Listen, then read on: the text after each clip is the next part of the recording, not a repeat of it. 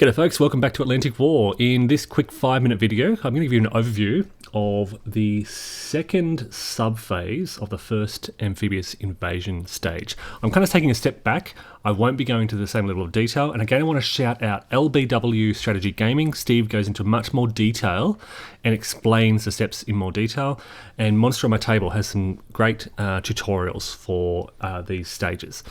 So to run through what's happening here, again, just a broad overview of the sort of what's changing. You start by placing your units, the landing segment, then you have German fire segment. And basically, I'm getting much better at this. This is basically German Widerstand fire on your units as they approach. Oh, sorry, you've got the obstacle segment first as well. Part of the landing segment where these units run into obstacles. And this is where clearing those beach obstacles is important. So on Utah Beach, because I've cleared these sub-beaches, these units are progressing very smoothly. It's a different story on Omaha, quite a headache in fact. I'm having real trouble reducing these obstacles, so a lot of units becoming pinned and taking hits. The Commonwealth beaches are somewhere in between. I am reducing these beach obstacles, but they are struggling along the way. And I'm using that little spade marker to indicate progress as I move along.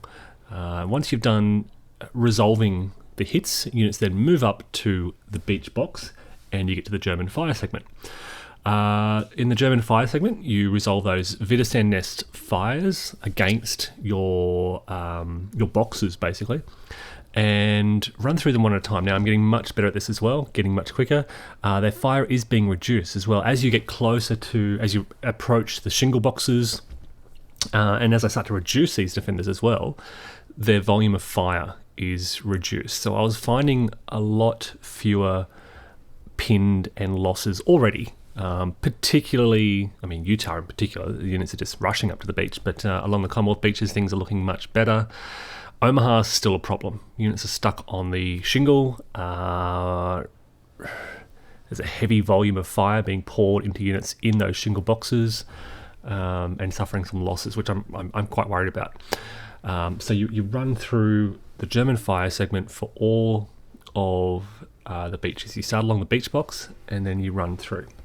Then you get to the Allied fire segment, and I had a lot of success in this fire segment. Again, the fact that I'm able to bring these tanks and armoured units generally up closer. The fact that I now have more self-propelled artillery arriving. They're in the beach box. They have a range of 2. They were very effective, hugely effective. I mean, compared to the tanks, they have a much greater chance to hit. So you run through the Allied fire segment, did a lot of damage, and then the movement phase. And this is really fun. Finally, I'm getting to the stage where I'm actually making decisions here. And you can see on Utah Beach, I'm deciding to move a lot of these units to the beach exit boxes, whilst helping the engineers to clear out remaining obstacles. Omaha is a bit of a problem. I'm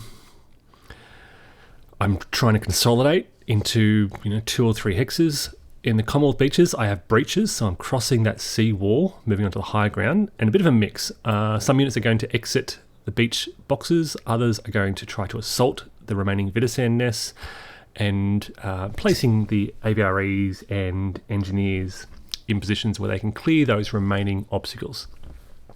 With movement done, we get to the German movement segment. There was nothing for them to do. We get to the assault segment. The assault segment was the first assault segment that I resolved. First time we had units together, and not a great deal happened. I think I cleared out maybe 2 Widerstand nests, but it was pretty much a non-event because I just had armor trying to assault by themselves.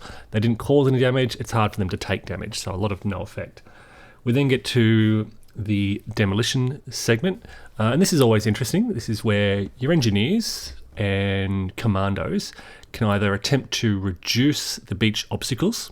They get additional attempts, if I understand that rule correctly. I'm not convinced I do because it's not worded the best. Or they can attempt breaches. And so because Gold and Juno and most of Sword are cleared, they're now working on breaches. And you can see through all the red breach markers across these beaches that they've had a lot of success.